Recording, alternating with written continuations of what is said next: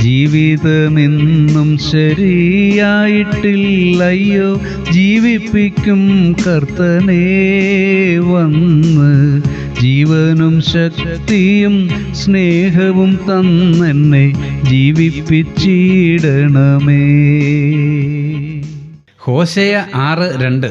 2 ദിവസം കഴിഞ്ഞിട്ട് അവൻ നമ്മെ ജീവിപ്പിക്കും, നാം അവന്റെ മുമ്പാകെ ജീവിക്കുകയും ചെയ്യും. ദൈവജനമായ ഇസ്രയേലിന്റെ മരണകരമായ പാപങ്ങൾ പച്ചയായി അടയാളപ്പെടുത്തിയിരിക്കുന്ന ഗ്രന്ഥമാണ് ഹോശേയ പ്രവചനം. അവരുടെ പാപങ്ങൾക്ക് ദൈവം അവരെ കഠിനമായി ശിക്ഷിച്ചു. ഒരു സിംഹം കടിച്ചു കീറിയതുപോലെ അവർക്ക് മുറിവേറ്റു. അപ്പോഴുള്ള അവരുടെ അനുതാപത്തിന്റെയും പ്രത്യാശയുടെയും വാക്കുകളാണ് ആദ്യത്തെ 2 വാക്യങ്ങൾ. ദൈവം മുറിവേൽപ്പിക്കുന്നവൻ മാത്രമല്ല, സൗഖ്യദാതാവെന്നും ജീവദായകനെന്നും അവർ തിരിച്ചറിയുന്നു.